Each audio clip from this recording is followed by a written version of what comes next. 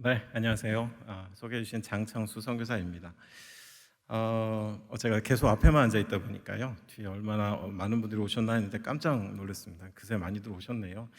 예, 앞부분에 지금 이렇게 분위기가 찬양이 흐르고 막 이런 분위기가 갑자기 제가 막중한 책임을 갖고 여기 왔었는데 앉아 있으면 계속 드는 생각이 앞에 나가도 되나? 내가 괜히 나가서 지금 강의를 해도 되나? 이럴 정도로 너무 은혜가 있고 또 감사한 시간인 것 같습니다. 어제도 제가 우연히 그 교회 어떤 분위기들 좀 미리 볼까 싶어서 그 일을 좀 마치고 늦은 시간이었는데 여러분들 저녁 예배 드리시는 모습을 실시간으로 잠시 봤습니다. 또 이제 저랑 이제 가까운 선교사님이 또 강의하신다고 그래가지고 겸사겸사 한번 봤는데요. 깜짝 놀랐습니다. 정말 그 선교사님들을 선대하시고 또 진심으로 위하시고 축복하시는 걸 보면서 저도 좀 유형은 달라도 선교사로 살아가면서 진심으로 나도 저기 서 있고 싶다. 나도 저기 있는 것이 얼마나 복된 일인가라는 것들이 좀 부러움도 들고 그런 시간이었었습니다. 오늘 제가 섬기고자 하는 이야기들을 여러분과 함께 나누려고 하는데요. 소개해 주신 것처럼 저는 외계에서 사역을 하고 있습니다. 국제선교 동원팀은 뭐 하는 팀이냐? 조금 여러분들이 막연하실 수도 있는데요. 이제 세계 선교는 특정 국가나 또 특정 나라만 특정 지역에 있는 교회들만이 아니고 온 세상에 있는 우리가 그동안 애쓰고 씨 뿌린 그 선교의 열매로 세워진 모든 교회가 감당해야 되고 모든 그리스도인들이 일어나야 되는 하나님의 마지막 사건입니다. 그래서 저희는 지금 감당하고 있는 것이 한 10년 정도 된 팀인데요. 기존에는 선교지로 더 익숙한 나라들을 찾아가서 지역 교회들을 격려하고 교육하고 도전해서 그들도 세계 선교의 대열에 참여할 수 있도록 또 그들이 양육한 젊은이들을 저희가 품고 교육해서는 선교지로 가는 여정들을 돕고 있는 그런 팀입니다. 처음 몇 년은 그렇게 큰 열매가 없는 듯하고 이게 맞나 이런 생각도 했었는데요. 하나님이 복을 주셔서 몇 년 후에부터는 저희도 생각지도 않은 정말 그 지역에서 선교사가 처음이고 그 나라에서 선교사가 처음인 이런 국제단체 선교사가 처음인 그런 젊은 자원들을 만나면서 하나님은 아직도 일하고 계시구나라는 것들 또 현장에서 체험하고 있습니다. 한 가지 더 제가 이제 뭐 제 그 인쇄물에 보면 플로우 인터내셔널 지도 목사라고 되어 있는데요. 이것도 오늘 제가 꼭 말씀드려야 되는 부분인 것 같아요. 무슨 이야기냐면 아까 제일 앞에 찬양했던 그 자매들이 그 팀 소속인데 사실 저는 음악을 전혀 못합니다. 그냥 아마 여러분 찬송가 같이 부르면 다 틀릴 겁니다. 음악하고는 상관이 없는 사람인데요. 제가 2013년도에 분당 우리교회 해외 선교를 담당할 때 저는 좀 다르게 생각하는 걸 좋아하거든요. 그래서 선교를 좀 다르게 할 수 없을까? 단기 선교 너무 똑같은데 이런 고민을 하면서 그냥 아무도 인정 안 해줬는데 단기 선교 2.0이라고 혼자 외치면서 단기 선교의 모델들을 좀 새롭게 하는 작업을 하고 있었습니다. 그러던 중에 대만을 리서치하는데 그곳에는 예배와 그런 부분들이 많이 발전되지 않아서 좀 보수적인 것들이 많아서 젊은이들 교회 안에 어려움이 있다라는 선교사님들의 이야기를 듣고는 전문인 음악인들을 꾸려가지고 저희가 단기 선교를 갔던 팀입니다. 그래서 대만에 단기 선교를 가고 거기서 일주일 동안 예배 캠프를 하고 현지 교회를 격려하고 돌아왔는데 보통 여러분 단기 선교 갔다 오시면 이제 어떻게 마무리해야 되죠? 맛있는 거 먹고 좋았어 그러고 헤어져야 되잖아요. 안 싸웠으면 다행이고요. 그런데 이 팀들이 안 헤어졌어요. 그리고 가끔 정기적인 모임을 하면서 제가 같이 갔다는 이유로 제가 이제 가끔 설교도 하고 이런 만남을 이어가다가 이 친구들이 2015년에 이제 사고를 쳤습니다. 선교단체를 발족을 했어요. 그리고는 지금은 한 25명 정도가 모여 있는 사단법인이기도 하고 선교단체이기도 한데 코로나 직전까지 여러 나라들을 방문해서 예배 캠프를 하고 앞에서 공연하는 것도 저희도 하지만 어떻게 하든지 현지인들을 예배 사역자로 선교 사역자로 세우는 일들을 해왔고요. 또 코로나가 터지고 나니까 이게 좀 못 간다라는 한계가 있었지만 또 어떤 그 대면하는 여러 가지 프로그램들이 있지 않습니까? 그걸로 지금도 중국을 섬기고 있습니다. 제가 이 말씀을 드리는 이유는 단기 선교는 교회가 그저 한철하는 그런 행사나 그런 가벼운 것이 아닙니다. 기간이 짧기 때문에 단기라고 이름을 붙였지만 분명 그것은 선교이고 그것이 가져다주는 열매는 한 선교단체와 사단법인이 만들어지기도 하는 것 같습니다. 여러분들 우리가 잠시 지금 쉬어가고 있죠. 육신적으로는 저희 팀의 음악하는 제가 이름은 기억 안 나는데 한날 사역자가 저에게 이런 이야기를 하더라고요. 목사님 쉼표도 음악입니다라는 이야기를 하더라고요. 제가 알아들은 척했는데 솔직히 못 알아들었고 집에 와서 곰곰이 생각해 보니까 모든 악보에는 악보의 음표만 계속 있는 것이 아니라 쉼표가 있더라고요. 그리고 쉼표는 뒤에 있는 음악을 더 빛나게도 해주고 또 뒤에 우리에게 올 하이라이트, 클라이막스를 더 감동하게 해주는 그런 준비 과정들인 것 같습니다. 저희가 마음으로 가는 단기 선교, 우리의 몸은 못 가지만 우리에게는 육신적으로는 쉼표이지만 이것도 선교의 일부다라고 저희가 믿고 이 시간들을 귀하게 담아가면서 우리의 또 하나님이 허락하신 때에 우리의 육신도 같이 가는 그런 사역들을 같이 일구어 갔으면 좋겠습니다. 오늘 제가 여러분들과 함께 나누고자 하는 이야기는 영어로 좀 적혀 있는데 리싱킹 미션입니다. 우리말로 좀 바꿔보면 소제목이 붙어 있는데요. 혹시 화면이 제가 화면을 좀 보겠습니다.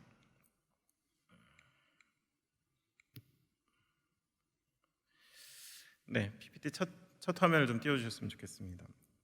잠시 멈춰 선교를 다시 한번 생각한다라는 그런 주제로 여기 마지막 슬라이드인데요.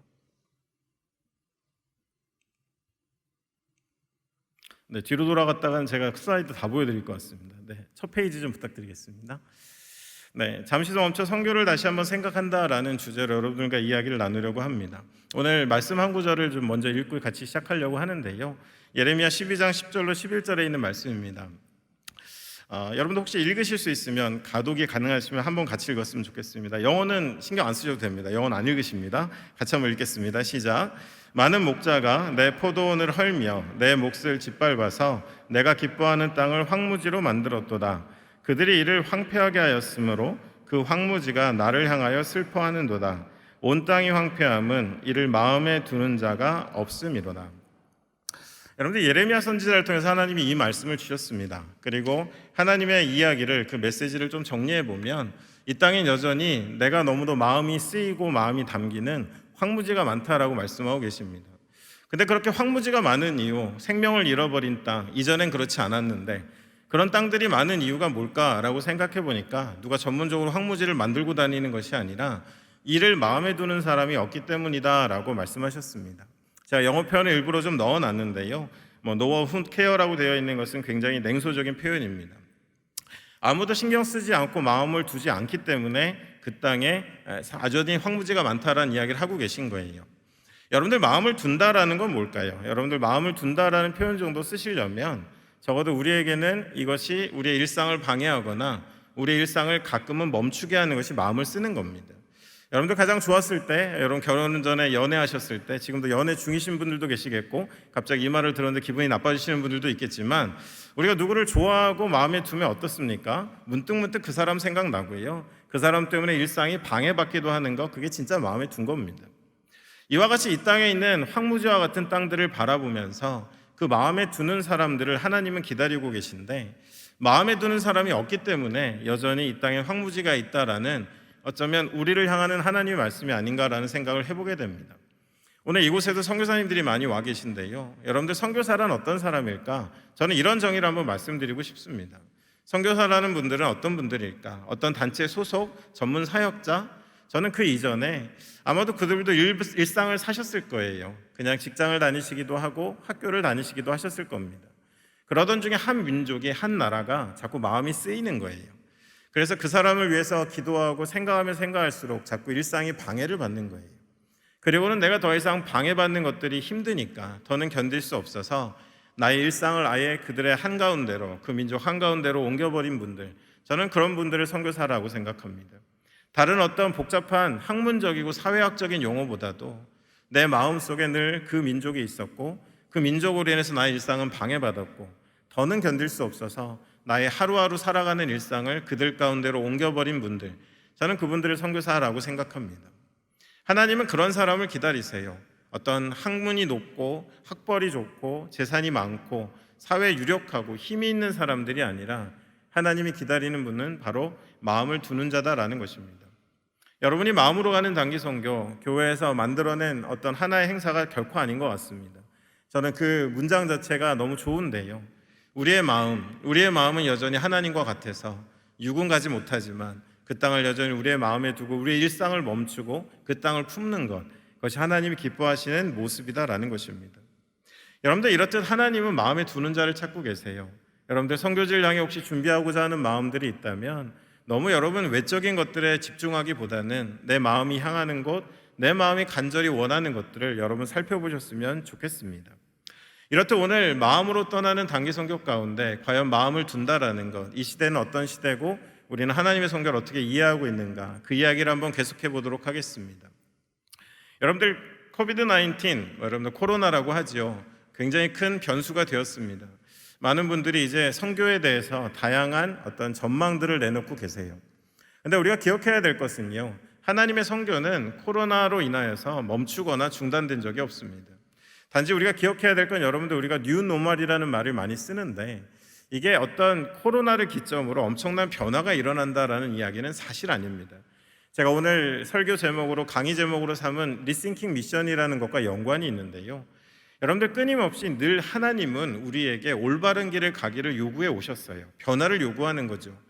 그런데 우리나 그 변화에 대한 것들이 참 더딥니다.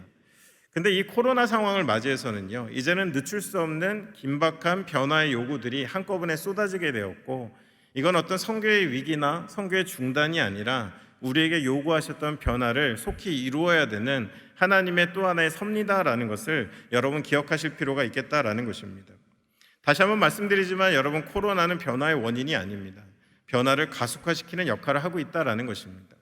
사실 리싱킹 미션이라는 말은요, 제가 만든 말은 아니고 이미 1932년에 발간되었던 미국의 평신도 해외 선교부가 발간한 보고서의 타이틀입니다.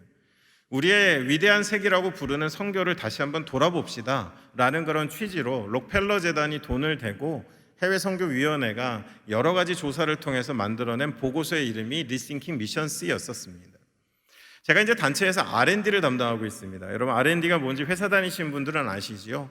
뭔가 사역을 미리 기획하고 우리가 해야 될 사역에 대한 자료를 준비하고 전략을 짜는 일을 하고 있습니다. 코로나가 처음 터지니까 저도 좀 막막하더라고요. 자꾸 뭘 물어보는데 저도 알 길이 없고, 그래서 저희 단체 시니어들한테 좀 메일을 보냈습니다. 코로나 이후에 선교 전망이 어떨까요?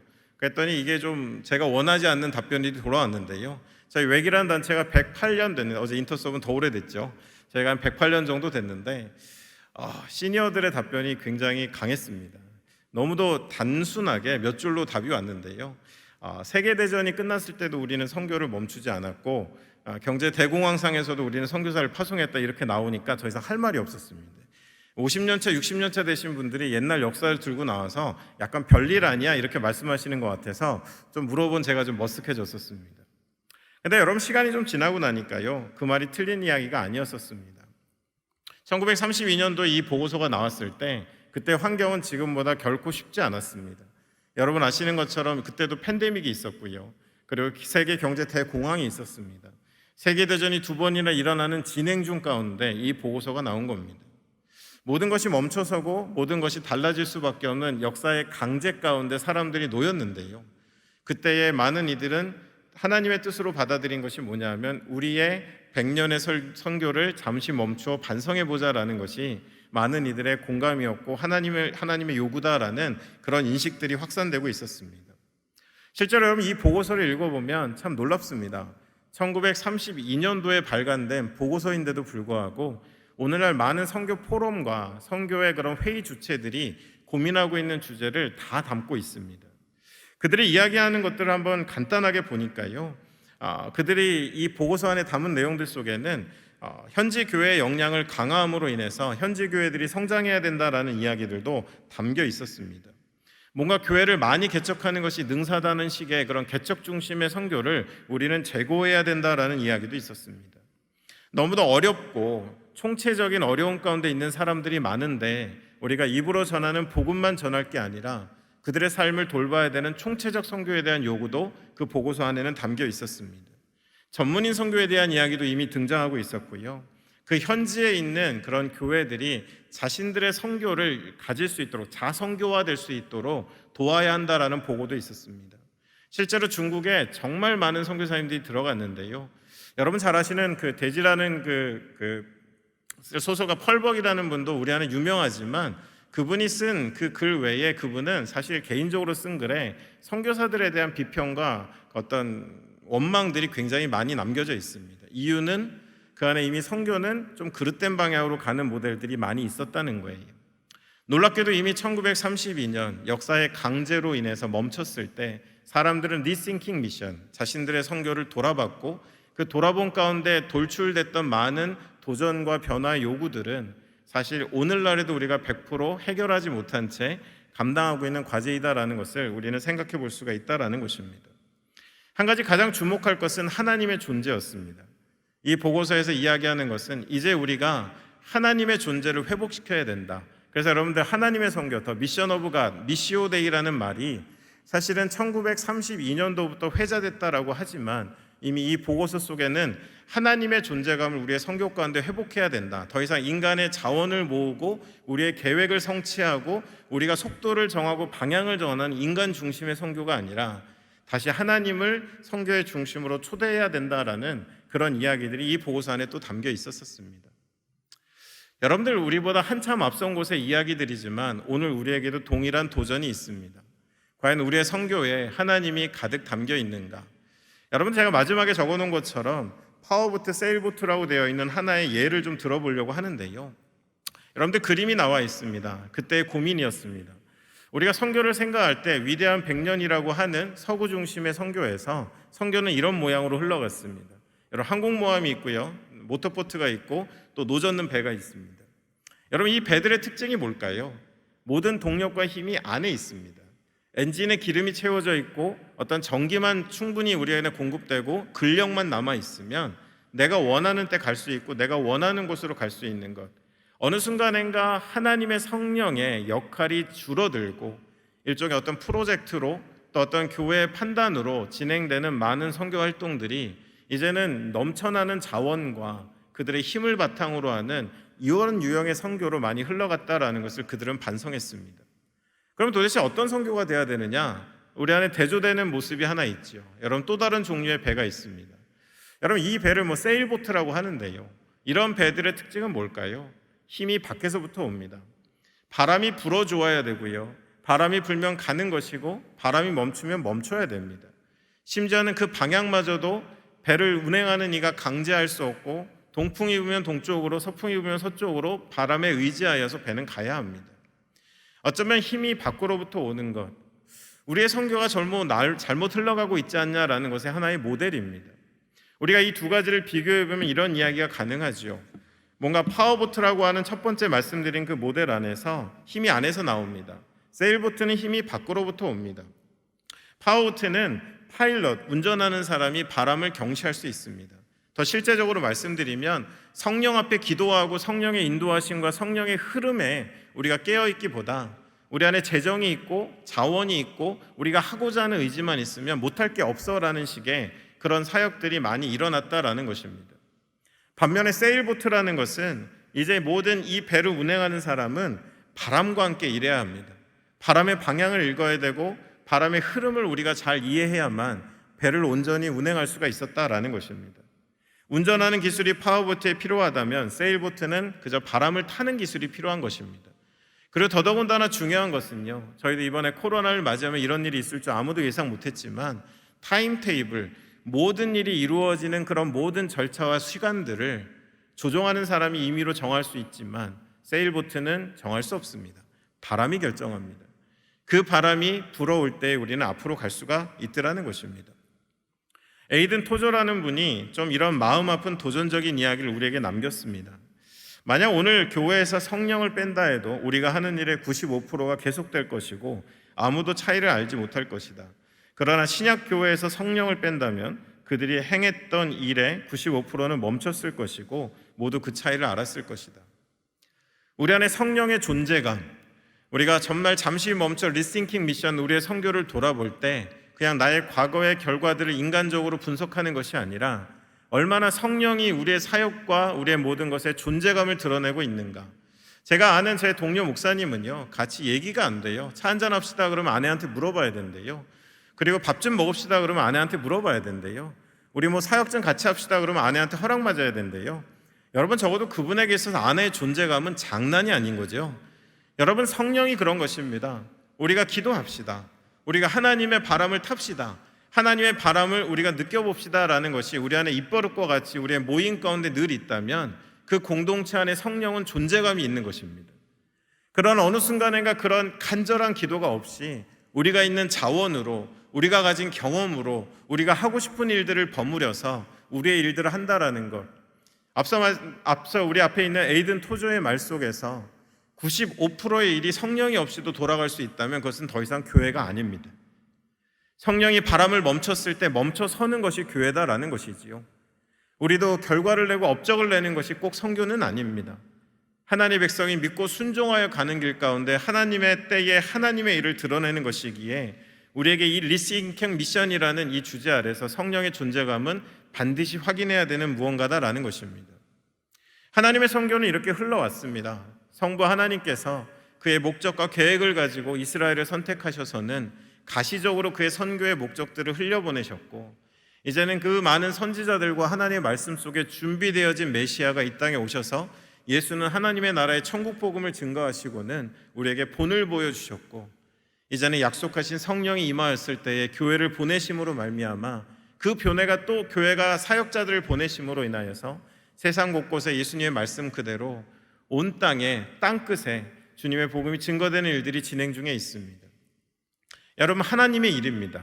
인간의 일이 아니고 잠시 살다가는 우리들이 뭔가 판단하고 모든 것들을 주도할 수 있는 일이 아닌 이 거대한 이야기 속에 우리는 잠시 참여하는 것이고, 거대한 이 작품을 이끌어가는 감독 앞에 각본을 다 쓰신 앞에 우리는 맡은 연기를 하는 것이지 우리가 이것의 주인은 아니다라는 것입니다. 그런 의미 가운데 우리는 하나님의 선교를 이런 시선으로 바라볼 필요가 있다라는 거예요.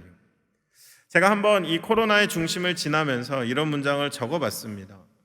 하나님의 인간의 활동으로서의 선교들은 잠시 상황 아래서 잠시 흔들리고 멈추기도 하지만 하나님의 역사로서 선교는 상황 위에서 결코 흔들리지도 멈추지도 않는다. 우리의 느낌, 우리의 경험은 아주 제한적입니다. 앞서 말씀드린 하나님의 선교의 큰 물결은 멈춘 적이 없습니다. 하나님을 누가 가로막겠습니까? 누가 하나님의 일을 저지할 수 있겠습니까? 그러한 가운데 여러분, 우리의 환경이 어떠하든지 우리의 활동은 달라질 수 있고 멈출 수 있지만 하나님의 역사는, 하나님의 선교는 멈추지 않는다라는 것입니다. 지난 1월 달에 저희 사무실에 연락이 하나 왔어요. 저희가 북동부 인도에서 일을 많이 하고 있는데요, 아멘이라는 사역자와 짜이라는 사역자 앞에 제가 사진을 띄워놨습니다. 여러분 보시기에도 조금 뭔가 이렇게 세련돼, 제가 너무 이렇게 폄하하는 게 아니고요, 만나게 될 텐데 아무튼 한국말 잘 모르니까 이게 세련된 모습은 아니죠. 저희가 1월 달에 기도 편지를 연락을 받고 좀 많이 놀랐습니다. 그때 코로나가 한참 심할 때였는데요, 이 친구들은 북동부 인도 코히마라는 지역에서 선교훈련을 다 마친 20대 초반의 청년들입니다. 성경학교를 마쳤고 영어가 능통하고 저희가 외기 운영하는 CO라는 최종 과정을 우수한 성적으로 다 통과한 선교 자원들이었습니다. 하지만 코로나 상황이잖아요. 어디도 선교사들이 갈 수 없었습니다. 그래서 저희도 당연히 갈 수 없다라고 본부도 생각하고 있었습니다. 근데 1월 달에 온 연락은 이들의 교회가 기도하면서 하나님이 더는 늦추지 말라라고 하셨다라는 공동체가 성령의 음성을 듣고는 이 둘을 원래 예정된 세네갈로 보내겠다라는 거예요. 여러분, 지역교회가 결정을 했는데 반대로 선교단체가 긴장하고 말리는 형국이었습니다. 그리고 세네갈에 있는 저희 팀들이 또 기도를 시작했습니다. 그리고 한 주간의 기도가 끝나고 그들은 기쁨으로 받기로 했습니다. 그리고 이제 그들의 여행이 시작됩니다.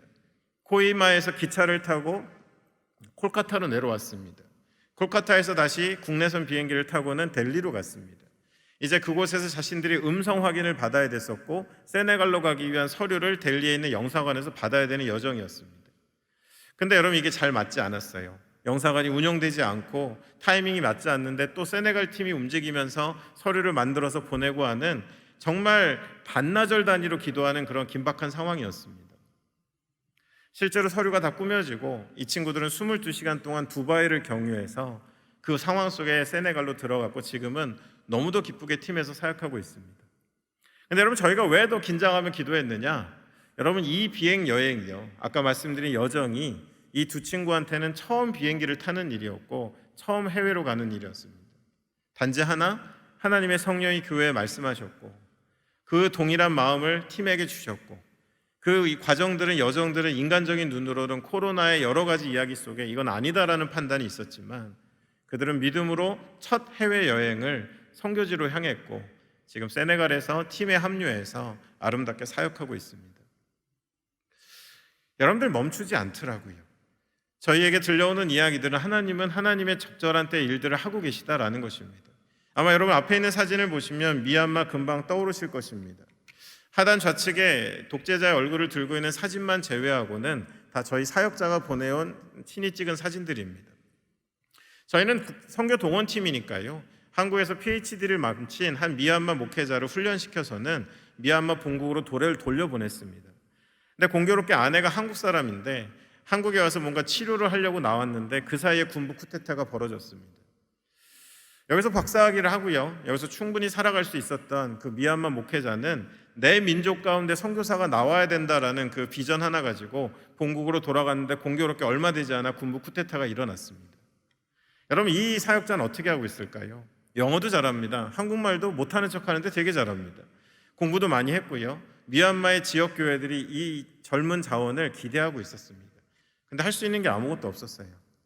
그리고 나서 전해오는 소식은 미얀마가 불교 국가로 한 번도 있지 않았던 일이 아이들을 거리에 버리는 일이었는데 자선을 중시하기 때문에 군부 쿠데타가 점점 길어지면서 아이들이 길거리에 벌어졌는데 사역자는 예수의 모습 그대로 그 아이들을 집에 데려다가 먹이고 입히고 돌봤고 또 식량이 떨어진 사람에게 자기의 선교비를 써서 식량을 제공했고 오히려 그것이 군부의 눈에 들어서 2번이나 구금됐었고 저희는 오히려 말렸습니다. 위험하다고.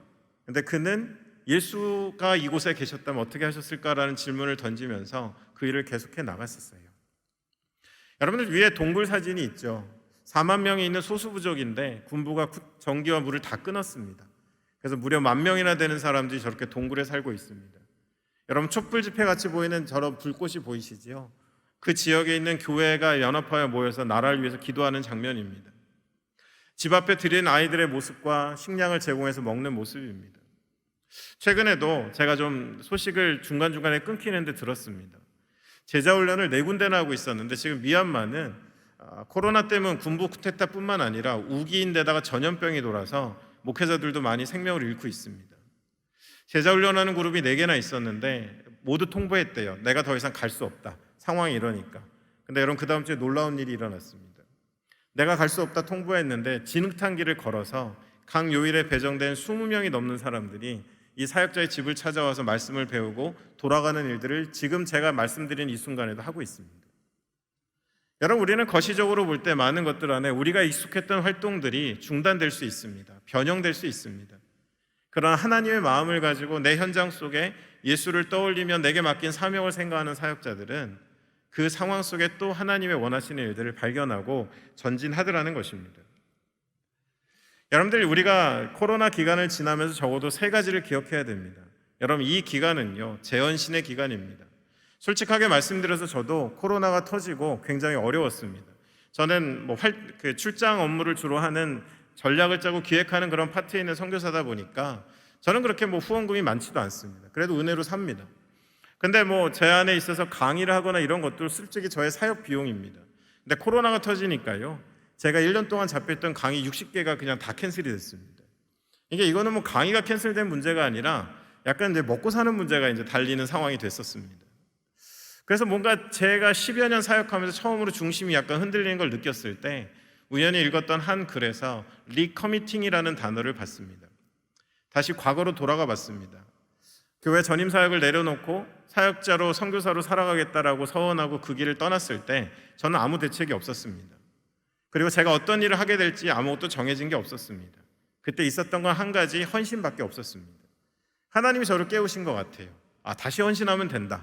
지금 아무것도 가진 게 없고 보이는 게 없지만 나 자신을 다시 한번 하나님의 위대한 일에 헌신하면 아무것도 두려울 것이 없다라는 생각이 작년 5월에 처음 찾아왔고 그 시간을 지나면서 저는 정말 거짓말같이 회복할 수 있는 시간들이 되었습니다.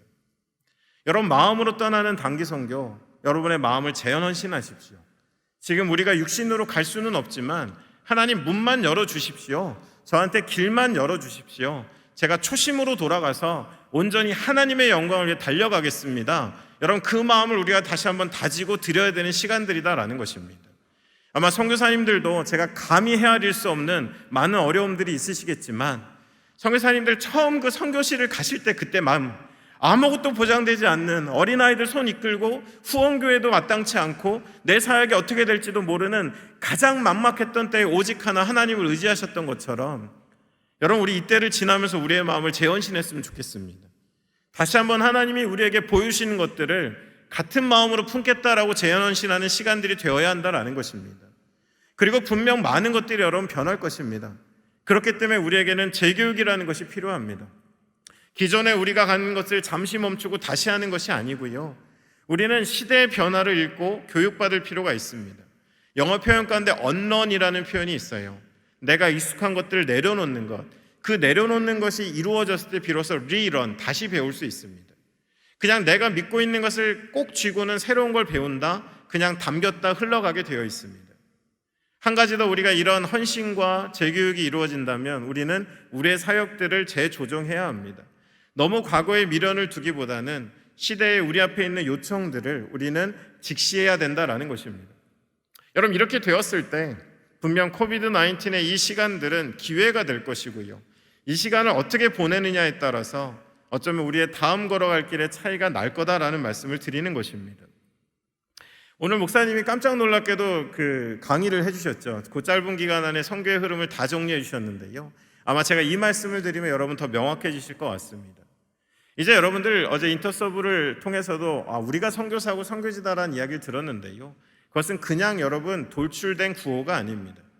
여러분, 앞에 나와 있는 그림을 보시면 아까 목사님이 언급하신 해안가 선교시대나 내지 선교시대, 어떻게 보면 20세기 초반까지도 선교를 잇는 관점들은요, 대부분 지리적인 관점이 강했습니다. 선교지라는 나라가 있고 선교지라는 지역이 있는 것이죠. 그런데 여러분, 이건 너무도 마땅했던 것이 20세기 초까지만 해도 예수를 믿는 기독교 인구들이 어디 사나 지도에 점을 찍어 보니까요, 90% 이상이 서구에 살고 있었고 지리적으로 편제되어 있었습니다. 그러니까 여러분, 복음을 들고 땅끝까지 가려니까 교통통신도 많이 발전 안 했는데 영웅담이 나올 수밖에 없어요. 아까 여러분 렐라 판타지아에 나오는 그 장면을 보셨지만 그렇듯 초인적인 헌신을 하는 사람들이 나왔고 그것이 우리의 선교의 스토리로 전해진 겁니다. 그리고 자연스럽게 선교라는 이미지는 그 안에 형성됐습니다. 근데 여러분, 선교는 시대에 따라 변하거든요. 시대의 변화가 일어나게 되었는데요, 딱 100년 만에 위대한 선교의 시기를 지나고 다시 한번 예수 믿는 사람들의 분포를 찍어보니까 예수 믿는 사람의 70% 이상이 이제는 비서구에 살게 되었습니다. 중국에 선교해볼까 갔더니 중국에 믿는 사람이 더 많고요, 유럽 사람들이 아프리카에다 교회 좀 세워볼까 했더니 세우러 간 교회에 사람들이 더 많이 모이는 거예요. 그러니까 이전의 관점으로 선교를 읽는 것은 한계를 드러나게 됐고 관점의 보완이 필요했는데, 그때 등장한 것이 바로 미전도 종족 운동이었었습니다. 종족에 대한 구분, 종족에 대한 그런 편제. 그래서 타운젠트라는 사람과 맥가브론이라는 사람이 인도 사역을 통해서 사람들을 그룹핑하는 것이 선교에 더 유용하다라는 그런 판단이 나중에 사람들에게 확산되어서 1974년도 로잔 대회를 기점으로 전 세계 이 종족적 관점이 선교를 지배하는 관점이 되었습니다. 이때 즈음에 1990년까지 이 흐름이 이어지는데요, 이때 저도 선교를 헌신했던 청년이었는데 조금 힘들었습니다. 이때 너무 이게 붐업이 되니까 선교단체 사무실 가면 제 이름도 안 물어보고 첫 번째 질문이 어느 민족을 품으셨어요? 이게 아주 유행어였었습니다. 하도 물어보니까 제가 나중에 막 한민족 품었어요 막 이런 농담도 하고 그랬는데, 아무튼 이땐 그게 또 유행이었어요. 그럼 여러분, 우리의 선교가 여기까지 왔는데 어떻게 달라졌느냐? 한 번 더 변했습니다. 그게 1990년입니다. 어떤 변화가 있었느냐? 냉전 시대가 끝났고요, 이제는 지역의 왕래가 굉장히 활발해져서 한 해에 2억 명이 넘는 사람들이 거주지를 옮기고 있습니다. 이제는 미전도 종족이라는 사람들이 꼭 그 지역에만 살지 않아요. 중국의 미전도 종족 사역을 하려면 중국의 북서부로 가야 됐었는데 이제는 상해나 북경에 가면 여러 가지 사회적인 요인들로 그 도시에서 살고 있는 소수부족 출신들의 많은 젊은이들이 살고 있습니다. 뉴욕에 가면 인종 백화점이에요. 셀 수도 없는 인종들이 모여 삽니다. 저희 나라 같은 단일 민족 국가 안에도 200만이 넘는 외국인들이 밀려오고 있습니다. 자, 여러분들, 이제는 옛날의 관점만으로는 선교를 읽을 수가 없는 거예요. 그래서 등장하게 된 것이 문화적 관점입니다. 문화적 관점은 뭐냐? 교회와 복음을 둘러싼 주변 환경이 예수 그리스도의 복음에 대해서 호의적이냐 아니면 냉소적이냐로 선교제를 구분하자라는 것입니다. 엄밀히 따지면 17% 정도의 기독교인을 갖고 있는 한국은 선교학적으로 보면 선교 대상 국가는 아닙니다. 그러나 여러분의 직장을 가보시면, 여러분 주변에 있는 대학 캠퍼스를 방문해 보시면 그곳에는 복음에 대한 무관심과 냉소가 있습니다. 그러면 그곳은 더 이상 우리가 안심할 곳이 아니라 선교지로 삼아야 된다라는 것. 바로 여러분 어제 들으신 인터서브의 그런 선교지 정책의 변화도 바로 이런 문화적 관점의 접목을 통해서 이제는 전후방이 따로 없는 From Everywhere to Everywhere라는 이제는 모든 것이 하나님의 전선이 되어진 상황 가운데 우리가 살고 있다라는 것입니다. 여러분 그러다 보니까요, 지리적 관점 시대에는 숨겨진 나라를 찾았고 종족적 관점 시대에는 숨겨진 종족, 생전 처음 들어본 종족의 이름들이 막 등장한 거죠. 그럼 지금 우리가 이야기하는 문화적 관점 시대에는 어떤 시대냐? 숨겨진 분야를 찾는 시대입니다. 그래서 내가 전문화된 영역 안에 하나님의 나라가 오도록 우리가 깨어서 그 자리 가운데 선자로 선교사로 살아가야 되는 정말 그런 시대 가운데 있다라는 것을 말씀드리는 것입니다. 그래서 여러분들 이러한 것들을 반영했을 때 우리 안에 중요한 사역들이요, 이제는 총체적 선교, 선교 동원, 연합 사역들, 그리고 제일 중요한 것은 이제 지역교회가 선교적 자각을 하고 일어나야 됩니다. 지역교회를 둘러싼 환경은 그 지역교회의 몫이기 때문에 이제는 지역교회가 선교적 자각을 해야 되는 시대 가운데 우리가 놓여 있다라는 것입니다. 선교사님들 계시고 저도 선교사로 사역하지만 이제는 여러분 영웅의 시대가 아닙니다. 한두 분의 선교사님의 놀라운 이야기를 여러 명의 군중이 대리만족하는 시대가 아닙니다. 이제는 이 다양해진 현장에서 위대한 공동체로 거듭나야 됩니다. 선교사님들이 구심점이 되어주셔야 하고요, 그러나 그곳에는 많은 전문가들과 다양한 은사를 가진 사람들이 머리를 맞대고 함께 일해야 되는 시대인 것이지, 한 명의 영웅이 모든 선교를 대변하고는 그 영웅담을 몇 명의 다수가 대리만족하는 시대는 더 이상 아니다라는 것입니다. 그런 차원에서 여러분들 단기 선교는요, 저는 전망컨대 코로나가 끝났을 때 더 멋진 일들이, 더 많은 계획들이 이런 단기 미션 가운데 담겨져야 한다라는 것, 제가 뒤에 말씀드릴 거지만 여러분 그러한 적극적인 사고들이 필요한 시대 가운데 있다라는 것입니다. 여러분들 이제는 흐름이 좀 달라졌습니다. CPM이라는 것은 교회 개척 운동, 철치 플랜팅 무브먼트인데요, 선교의 주류를 이루었었습니다. 교회를 얼마나 개척했느냐, 교회를 개척했느냐 안 했느냐가 선교의 전부였었습니다. 이제는 여러분 선교의 현장이 그렇게 단순하지 않기 때문에 친구들이 좀 필요합니다. 많은 분들이 오해하세요. 이런 이야기하면 일상의 선교를 얘기하면 선교가 약화된다, 전방 개척 사역이 약화된다, 이런 얘기 저도 항의 많이 듣는데요, 아닙니다. 저는 더 좋은 교회를 더 많이 개척하기 위한 말씀을 드리는 겁니다. 이제는 교회 개척자들과 함께 가야 되는 사람들이 저 같은 동원가도 필요해요. 왜냐하면 많은 지역의 교회들을 깨우고 그것이 선교 자원들을 선교지로 초청해야 되기 때문에 그렇습니다. 이제 미국 한국만 갖고 선교가 되는 게 아니거든요. 여러분들 공교롭게도요, 우리가 이제 공부를 여러분 열심히 하셨을 텐데, 여기 계신 분들은 제가 너무 일반화 시켰나요? 네, 일부 하셨을 텐데요. 자, 여러분들 공부를 열심히 하는데 성적이 안 올라요. 그럼 어떻게 해야 됩니까? 아무리 공부를 열심히 해도 성적이 안 오릅니다. 그럼 어떻게 해야 됩니까, 여러분들? 염려하지 마세요. 이 침묵은 익숙합니다. 한국 분들이 이렇게 안 하시더라고요. 여러분들 둘 중에 하나예요. 잠을 3시간 잤다면 2시간 자는 수밖에 없습니다. 아니면 공부 방법을 바꿔야죠. 여러분 놀랍게도 지난 100년 동안에 전 세계 그리스도인의 인구는 32%에서 34% 사이로 왔다 갔다 했습니다. 비율적으로 크게 늘어나지 않았어요. 저는 이렇게 생각합니다. 시대의 변화에 따른 선교의 적극적인 변화가 우리 안에 이 어떤 한계를 뛰어넘을 수 있다는 확신을 갖고 있습니다. 공부 방법을 바꾸자는 거죠. 그런 의미에서 이제 협업해야 됩니다. 또 한 가지는 총체적 선교인데, 단순히 전도하고 복음을 전하는 것뿐만 아니라 여러분 난민들이요, 옆에 와서 손 잡아주는 사람을 통해 인생이 바뀌는 것이지, 난민들 모아놓고 칠판 갖다 놓고 교리 교육할 수 없습니다. 여러분들 유린당한 인권 가운데 고통받는 여인들에게 가서 당신은 무가치한 존재가 아닙니다를 삶으로 보여줄 사람이 필요한 것이지, 그들을 앉혀놓고 성경 공부 과정을 이수했다고 그들의 삶이 변하는 게 아닙니다.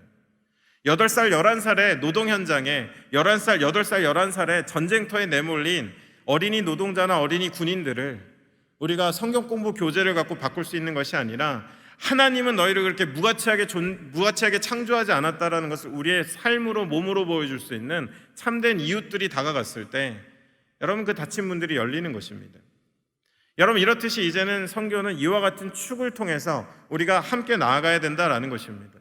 이제 여러분들에게 좀 키워드와 같이 우리가 고민하고 함께 나아가야 될 몇 가지를 좀 말씀드리겠습니다. 제가 말씀드릴 것들이 앞에 나와 있는데요, 여러분, 첫 번째로 우리가 좀 고민해야 될 것은 개념 설계 역량이다라는 이야기를 하고 드리고 싶습니다. 이게 무슨 이야기인가 할 텐데요. 여러분들, 우리가 변화잖아요. 변화에서 이정동 교수라는 분이 책을 썼는데, 축적의 길에서 한국 민족은 실행 역량은 뛰어난데 개념 설계 역량이 부족하다라는 지적을 했습니다. 쉽게 말씀드리면 누가 설계도를 주면 그 물건을 빨리 만들고 누구보다도 잘 만드는 건 한국 사람들이 최고라는 거예요. 실제로 이거로 우리의 경제 성장을 이루었고 이제는 선진국이 되지 않았습니까? 근데 한 가지 부족한 것은 개념 설계 역량이라는 거예요. 그것은 뭐냐? 설계도를 그리는 역량입니다.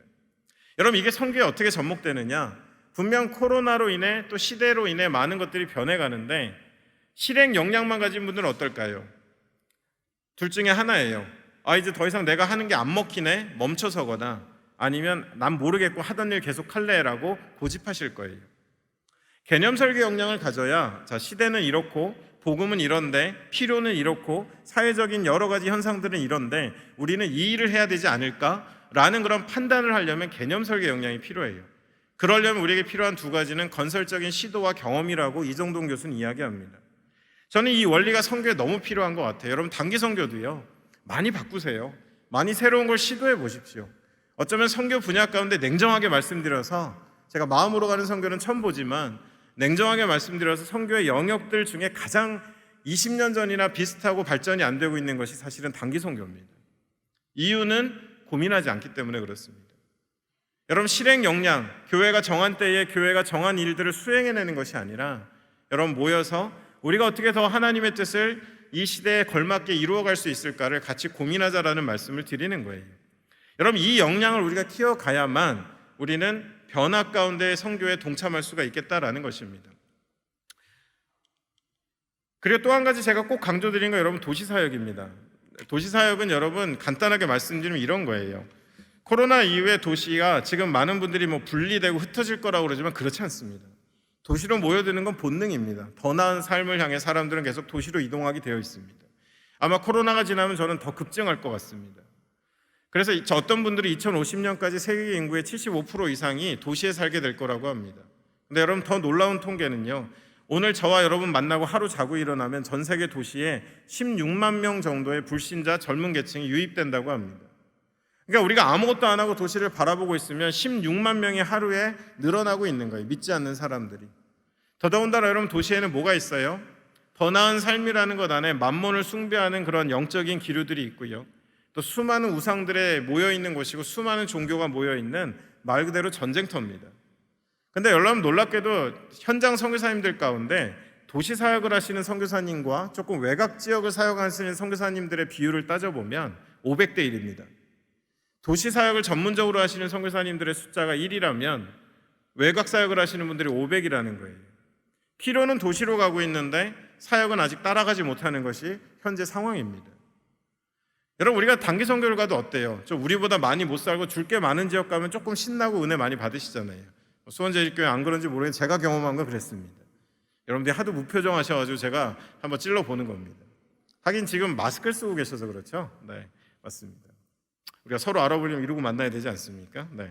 자, 여러분들, 그런데요, 아쉽게도 도시로, 우리보다 잘 사는 나라나 도시의 환경에 단기팀이 가서 할 수 있는 게 뭐가 있을까? 여러분, 어떤 게 떠오르세요? 여러분, 이 부분에 대해서 우리가 많은 이야기를 나눠야 됩니다. 도시 선교사님들도 더 파송돼야 되고, 그 도시 사역에 임팩트를 줄 수 있는 사역자들이 교회를 통해서 파송돼야 되고요, 그 도시에는 뭔가 우리가 끊임없이 사역을 이어갈 수 있는 베이스 캠프가 있어야 되고, 그곳에 이제 성도들이 드나들면서 한 도시를 하나님의 이름으로 복음하는 일들을 우리는 이제 집중적으로 개발해야 되는 시대 가운데 있다라는 말씀을 드리는 것입니다. 반면에 도전이 많지만 그곳에는 기회가 공존한다라는 말씀도 드립니다. 또 현지 교회를 역량 강화해야 됩니다. 이제는 여러분, 코로나 이후에 사실 지금 마음이 아픈 것은 개도국 이하의 나라들은 언제 상황이 호전될지 장담이 안 되는 상황입니다. 이제는 장거리 여행이나 이런 것들이 많은 제약을 받기는 받아요. 그러다 보니까 이제는 유사문화권이나 인근 사역자들이 지역을 섬기는 일들이 더 필요한 시대가 되었기 때문에 수원제일교회 정도의 역량을 가지셨다면 이제는 각 지역 안에 있는 현지 교회와 현지 사역자들의 역량을 강화시켜서 우리가 떠난 자리에서도 그들이 동일하게 하나님의 일을 감당할수록 하는 일들을 이어갈 수 있도록 하는 것도 굉장히 중요한 사역입니다. 로잔의 선언처럼 온 교회가 온전한 복음을 온 세상에 전하려면요, 이제는 전 세계에 있는 교회가 같이 일어나야 되지 몇몇 교회가 열심으로 세상을 덮는다고 될 일이 아니다라는 것입니다. 그러한 가운데 여러분, 동반자 선교라는 것은 얼롱사이드 미션이라고 해서요, 옆에서 같이 걷는 겁니다. 그 사람들을 지배하지도 않고 컨트롤하지도 않고 그들이 답을 찾아가는 과정을 묵묵히 같이 동행해주는, 여러분 이렇게 말씀드리면 뭔가 대단한 것 같지만 우리의 인생을 다뤄오신 예수님의 방식이 그랬어요. 여러분, 예수님이 우리한테 뭐 산상수훈 하나 던져주고 떠나신 분도 아니고, 우리 어려울 때 돕고 떠나신 분도 아니고, 참 돌아보면 부끄러운 순간도 많고 배신한 순간도 많은데도 예수님은 같이 걸어주셨고, 비로소 내가 오직 예수를 깨닫게 된 순간에 여러분 여기 와 계신 거 아니겠습니까? 우리에게도 그런 얼롱사이더, 곁에서 걷는 선교가 이제 필요하고 현지의 교회들을 일으켜야 된다라는 것입니다. 총체적 사역은 이제 두말할 나위 없이 필수 사역이 됐습니다. 인간의 영, 감정, 육체를 모두 회복시킨다라는 목적을 가지고 총체적 접근, 전인적 접근이 필요한데요, 뭐 셀 수도 없습니다. 제가 이 부분만 놓고도 강의할 수 있지만, 여러분 고통받는 사람들, 이스라엘이 애굽의 통치 아래서 부르짖었다라고 쓰여진 히브리 말이 제약한데요, 여러분 소돔이 멸망한 이유를 성경을 통해서 보면 그 땅은 제약하를 묵살하는 땅이었습니다. 그 땅에 고통받는 이웃들, 약한 사람들을 더 압제했던 땅입니다. 자신들의 탐욕을 위해서. 여러분들, 우리에게도 지금 제약하가 들려와요. 난민들의 제약하가 들려오고, 여성들의 제약하가 들려오고, 가난한 자들, 백신의 근처도 가지 못한 열악한 사람들의 제약하가 들려옵니다. 그러면 그 사람들에게 우리가 다가갈 때에는 정말 다양한 자원들이 입체적으로 다가가야 되는 것이지, 교회 건물을 하나 지어준다고 모든 게 해결되는 것은 아니다라는 말씀을 드려요. 옥스팜이라는 불평등 보고서를 내놓는 국제 NGO에서 올해 2021년 보고서의 타이틀을 불평등 바이러스라고 정했습니다. 여러분, 전 세계 슈퍼리치들이 있죠. 돈이 어마어마하게 많은 사람들입니다. 그 사람들이 여러분들 돈을 많이 잃어버린 것 같지만 작년 3월부터 11월까지 코로나로 인해 재산 손실이 있다가 금융이다 보니까 자연스럽게 재산이 회복됐는데 딱 9개월 걸렸습니다. 다른 중산층 이자들은 10년이 걸리는 재산 회복이, 그 사람들은 가만히 앉아서 9개월 만에 재산이 다 회복됐습니다. 근데 여러분, 더 놀라운 건 그 회복된 만큼의 돈만 세상에 나누어주면 어떤 일이 벌어지냐 하면, 전 세계 단 한 명도 빠짐없이 백신을 맞을 수 있고요, 단 한 명도 빠짐없이 이 코로나 이후의 모든 치료 과정들을 받을 수 있는 돈이 그냥 앉아서 불어난 돈일 만큼 우리가 느끼는 것보다 훨씬 이 세계는 불평등합니다. 여러분, 이러한 세계 안에 일어나는 많은 문제들을 이제는 우리는 좀 총체적으로 끌어안는 사역들을 다양하게 시도해야 되는 것이지, 너무 기독교적인 색채를 가지고 교회 개척에만 몰두할 수 있는 시대가 아니다라는 말씀을 꼭 드리고 싶은 것입니다. 여러분, 이주민 사역 수원제일교회도 감당하고 계실 텐데요, 이주민 사역도 이제 정리가 좀 필요합니다. 제가 하나 좀 섬뜩했던 게, 이제 단기 선교를 못 가시니까 많은 한국에 있는 국내 교회들이 그럼 어디에 할까? 선교는 일단 외국인 만나야 되니까, 그리고 이주민 사역에 막 뛰어드시는 거예요. 반가운 게 아니라 약간 염려가 되는 것이 이제 난립이 될까 봐 조금 염려가 됐었습니다. 여러분, 이주민 사역도 최근에 로잔과 또 저희 단체에서 한 5가지 정도로 정리를 했습니다. 그냥 이주민들을 이렇게 공간을 제공하고 성도들이 사랑으로 먹을 걸 갖다 주고 막 프렌들리하게 대하고 시간을 보내게 해주고 예배를 개설해 주는 것 정도까지인데요, 저희가 하는 이주민 사역이. 여러분, 이제 그 단계에 머물러 있으면 안 되고요, 정말 단계별로 우리의 사역들을 좀 점검해 볼 필요가 있는데, 적어도 5가지 유형이 있습니다. 간단하게 말씀드리면요, 이주자를 섬기는 사역이 있고요, 이주자가 이주자를 섬기게 하는, 양육이 된 거죠. 그리고 그 다음 단계는 이주자가 또 다른 그룹의 이주자를 섬기게 하는 그 경계선을 넘는 사역이 있고요, 그 다음 단계는 이제 그 이주자가 여기까지 갔으면 좋겠는데 되려 그 문화권에 있는 사람을 전도하는 겁니다. 그러니까 우리나라로 치면 미얀마 그룹이 잘 자라서 한국말도 배우고 나니까 미얀마 사람이 한국 사람을 향해서 복음을 두고 나가는 걸 이야기하는 겁니다. 그리고 마지막 5번째는 이제 그런 자원들이 해외 선교사로 나가는 것까지 이야기합니다. 자, 여러분, 이런 구분이 왜 필요할까요? 우리가 만나는 사람들이 단계적으로 성장하는 것, 또 이 사람들의 자원의 수준에 따라 우리가 어떤 사역을 일으켜야 되는지가 좀 정리가 돼야 되는데, 그냥 국내 이주민 사역 그러면 예배를 개설해주고 그 사람들이 생활이 불편하지 않게 섬기는 것 정도에 머물러 있는 것은 사실 한계가 있습니다. 실제로 부산에 있는 한 교회가 저한테 이제 고민을 좀 나눈 게 뭐냐 하면, 그렇게 섬기는데도 돌아가면 다 자기 종교로 돌아간다는 거예요. 그게 너무 힘 빠진다는 거예요. 여러분, 근데 너무 당연하지 않습니까? 한국에 있을 때는 내가 공장에 앉아 있으면 교회에서 차가 와요. 그리고 날 태워 가요. 그리고 가면 너무 맛있는 걸 줘요. 예배에 앉아있기만 하면 가끔 막 명절 때마다 선물도 주고 너무 친절하게 대해줘요. 난 예배만 드리면 돼요. 그러다가 갑자기 본국으로 돌아갔어요. 날 데리러 차도 안 와요.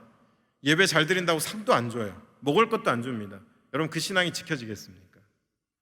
그러니까 여기서부터 우리가 그 사람들을 정말 잘 홀로 설 수 있도록 하는 오히려 접근이 필요한 것이지, 먹이고 입히고 돌보는 것을 반복하는 것으로는 결코 열매를 거둘 수는 없다라는 것이 현재 상황들이기 때문에, 여러분 수원제일교회 정도 되시면, 이런 규모와 선교 열정이라면 이런 이주민 사역들도 단계적으로 한번 정리해 보시는 것도 필요하겠다 말씀드립니다. 다음 세대 선교 교육은 이제 여러분 기노업으로 가셔야 돼요. 더 이상 우리 성도, 우리 젊은 세대들한테 막 외적 자극, 막 선교지 보여주고 막 눈물 흠뻑 빠지게 하는 스토리를 선교지로 이끌 수 없습니다. 그리고 그렇게 나가는 충동적인 선교를 저는 동원가지만 말립니다. 왜냐하면 언도 안 돼서 돌아올 거기 때문에. 이제는 내적 동기가 필요하기 때문에 여러분, 주일학교서부터 모든 청년들에게 선교는 세계관과 직업관으로서의 교육이 길게 이루어져야 됩니다. 세계의 모든 역사를 쥐고 계신 하나님 앞에서 내가 어떤 전문가로 세상에 서서 하나님 나라를 섬길지를 어려서부터 선교에 대한 세계관을 통해서 교육하는 일들이 지금은 필요하지, 단기적인 교육으로 선교사 몇 명을 얻고자 하는 무모한 일들은 필요하지 않다라는 말씀을 드립니다. 그리고 한 가지 더 부탁드리면 선교적 기도입니다. 여러분, 생각보다 우리가 하는 기도 가운데 선교적 기도가 적습니다. 다 현세의 필요를 이야기하는 경우가 많죠. 제가 한 가지 여러분 말씀드리면요, 우리가 기도가 그렇게 흘러가는 이유가 있습니다. 한국 사회가, 한국의 어떤 샤머니즘적인 또 토속신앙적인 기본적인 신앙 양태는 두 가지 특징이 있어요. 하나는 뭐냐? 신과의 관격이 비인격적이고요, 또 한 가지는 현세적입니다. 내세 사상이 없어요. 여러분, 이 두 가지를 한번 버무려 보면 어떨까요? 하나님의 뜻은 나는 모르겠고, 지금 내 자녀가, 지금 내 사업이, 이 땅에서 나의 안전이, 내 건강이 최고야 라는 기도가 대부분이 되는 것은 아직 완전히 복음 안에 우리의 변화가 일어나지 않은 것입니다. 여러분들, 우리가 극복하지 못한 거예요. 하나님의 나라를 놓고 기도해야 되고요, 이 땅에 선교사님들을 위한 중보기도 뿐만이 아니라 나라의 이름을 부르고 민족의 이름을 부르고 사회적인 현상과 계층들을 끌어안고 우리가 하나님 나라 임하시기를 기도하는 것들이 필요하다라는 말씀을 꼭 드립니다.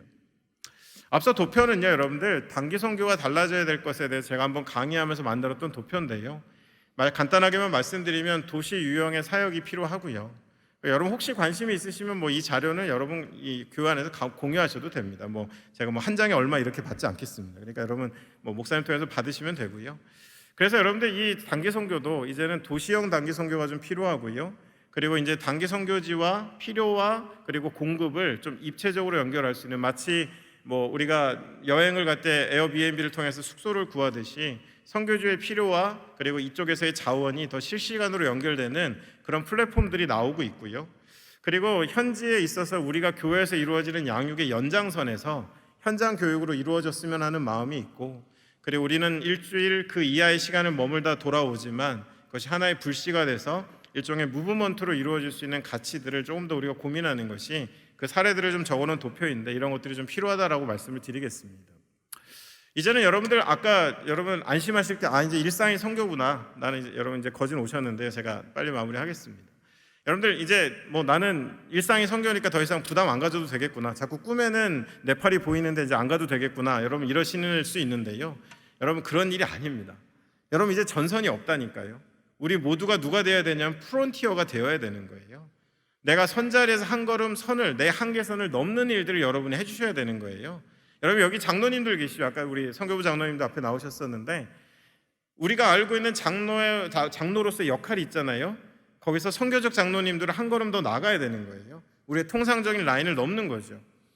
내가 엄마, 그냥 마음인데 난 미셔널 마음이 되고 싶다, 그러면 아이들을 양육하는 데 있어서 한 걸음 선을 넘어봐야 되는 거예요. 내가 비즈니스를 하고 있다, 내가 그 병원을 운영하고 있다, 다 여러분 이 고민을 하셔야 됩니다.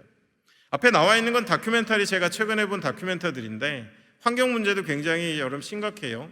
앞에 나와 있는 넷플릭스에 들어가시면 시스피러시라는 다큐멘터리가 있는데, 여기 보시면 바다 해양 자원들이 얼마나 지금 고갈되고 있는지. 근데 제가 놀란 거는 바다에 버려진 플라스틱 때문에 바다 생명체가 죽는다는 얘기 저희가 많이 듣고 이제 빨대 쓰지 말자 이런 거 많이 하는데, 자, 여러분 사실 이걸 보고 좀 허무했던 게, 바다에 버려진 여러분 빨대, 플라스틱 빨대는요 0.03%밖에 안 된답니다. 오늘부터 여러분 빨대를 버리시라는 얘기가 아니에요. 생각보다 미미합니다. 여러분 50%가 넘는 플라스틱은 뭐냐? 대규모 어업을 통해서 어업을 하다가 버린 그물들입니다. 그러니까 여러분 바다를 해치는 더 근본적이고 어쩌면 우리가 좀 긴장을 하고 맞서야 될 그런 것들이 이 세상에 너무 많아요. 근데 우리가 세상에 대한 관심을 안 갖다 보니까 교회가 할 수 있는 게 빨대 버리지 맙시다, 뭐 플라스틱 버리지 맙시다 정도에 멈춰 있는 거예요. 어쩌면 제도랑 맞서야 될 수도 있고요. 우리의 전문성을 앞장세워서 생명을 위협받더라도 이 지구상의 모든 환경을 맡기신 하나님 앞에 우리가 해야 될 많은 활동들이 있을 수 있습니다. 여러분 이러한 것들을 우리가 발견하고 우리가 참여하는 것들도 이제 선교의 여정들이 되고 있고, 또 옆에 나와 있는 소비주의라는 우리를 알게 모르게 물질의 노예가 되게 하고 있는 이 영적 전쟁터에서도 우리가 하늘에 소망을 둔 자로서의 다른 모습들을 보여주는 것도 굉장히 중요한 선교적인 활동이다라는 말씀을 드리고 싶은 겁니다. 예수님이 놀라운 말씀을 하셨어요. 너희는 좁은 문으로 들어가라. 멸망에 이르는 큰 문은 어떻다고요? 크고 넓고 찾는 이가 많다고 했습니다. 여러분 놀랍게도 마지막 세대의 마지막 우상이라고 하는 소비주의 안에 세 가지 키워드가 뭐냐? 가시적인 크기 유력함이고요, 두 번째가 편리고 세 번째가 대중의 선택입니다. 이 세 가지를 통해서 우리는 대부분 삶을 꾸려나가요. 근데 여러분 이게 소비주의의 3대 키워드인데 예수님이 벌써 이 말씀을 하시는 거예요. 멸망에 이르는 길은 뭐라고요? 크고 넓고 편리하고 찾는 사람이 많다. 그러나 좁은 문으로 들어가는데 그 길은 좁고 찾는 이가 적다. 여러분 찾는 이가 적는 길을 가야 돼요. 그게 선교입니다. 여러분 자꾸 이 땅에서 기독교가 왜 망가지는 줄 아세요? 대세가 되려고 하니까 그런 겁니다. 여러분 한 번도 하나님 우리에게 대세가 되라고 하신 적이 없어요. 대안이 되라고 하셨죠. 빛과 소금은 대세로 정말 옷 가운데 높은 곳에 서는 것이 아니라 이 땅의 낮고 낮은 곳을 살피고 빛이 없는 곳에 빛을 비추는 것이 교회 공동체지, 대세가 되고 득세하는 것이 여러분 공동체가 아니다라는 것입니다. 그런 이유 가운데 여러분들 기억하셔야 될 거는요, 영적 전쟁입니다. 제가 놀라운 거는 최근 10년 안에 선교 훈련 과목이나 교회 어떤 그 훈련 과목 중에 영적 전쟁이라는 단어가 되게 많이 없어졌습니다. 저도 일부러 한번 찾아봤는데 거의 없어요. 여러분 요즘 전쟁이라는 거 꼭 총칼로만 합니까? 무역 전쟁도 있고요, 그리고 뭔가 외교 전쟁도 있습니다. 마지막 세대에 사단이 걸어오는 전쟁은요, 여러분 전방위적이고 우리가 상상하는 그저 뭐 선교지에서 귀신 들리고 축기하고 이 정도가 아니라 우리를 소비주의의 노예로 만들고, 여러분 요즘 우리가 왜 나누지 못할까요? 가난해서 나누지 못합니까? 소비해서 나누지 못하는 겁니다. 소비주의에 맞물리면 항상 나는 부족한 사람이고 나보다 나은 사람이 보이기 때문에 우리는 우리의 것으로 돕지 못하는 거예요. 영적 전쟁의 한복판에 있습니다. 여러분 깨어있지 않으면 우리는 하나님 목적대로 쓰임받을 수 없는 모든 것이 전선인 우리는 프론티어의 삶을 살아가야만 한다라는 것입니다. 여러분들 아브라함이 하나님의 초대를 받았을 때, 우리 선교사님들도 최근에 많이 어려우셨겠지만 여러분 이런 말씀드리면 그럼 어떻게 해야 되지라고 불안해하실 수도 있지만 여러분 기억하십시오. 아브라함이 누린 평안과 순종의 대상은 어디로 갈지를 알기 때문이 아니었고 누구와 함께 갈지를 알기 때문에 그는 그 길을 떠났습니다. 여러분 믿기지 않지만 권사님, 장로님 중에 전 보는 분들이 계시대요. 어디로 갈지를 좀 알고 싶어서. 그래야 내 마음에 샬롬이 올 것 같으니까.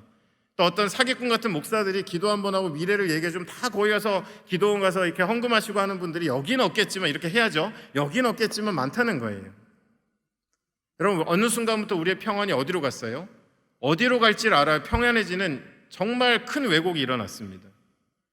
여러분 보여줄 땅으로 가는 거예요. 우리는 어디로 갈지 모릅니다. 우리의 평안은 뭐밖에 없다고요? 누구와 함께 갈지 아는 것밖에 없습니다. 하나님 우리와 함께 하시죠. 세상 끝날까지. 그렇다면 그것으로 우리는 족하고 그것이 우리의 평안이 되어야 한다라는 것입니다. 여러분 바울의 이야기를 어제 많이 들으셨죠. 제가 어느 날 한 날 바울을 곰곰이 생각해 봤습니다. 바울의 성교는 어땠을까? 전략가, 저도 뭐 유학하고 공부할 때 바울에 대한 책 많이 읽었습니다. 성교 전략가, 텐트 메이커. 근데 바울에게 더 가까이 다가가 봤습니다. 바울이 실제 어땠을까? 여러분 바울이 그 전략을 다 알았을까요?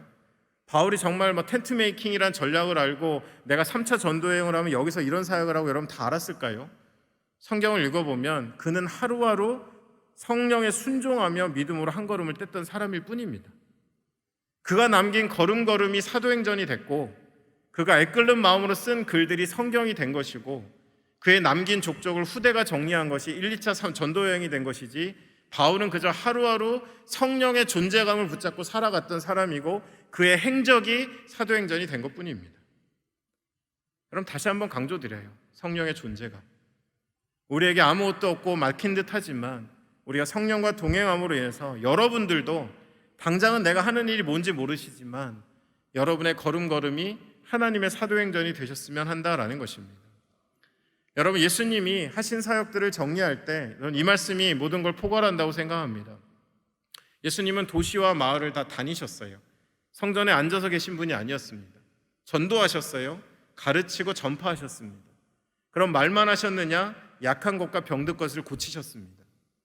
그는 이 모든 것들을 통해 하시면서도 마음속엔 늘, 제가 원어로 보니까 이런 표현이에요.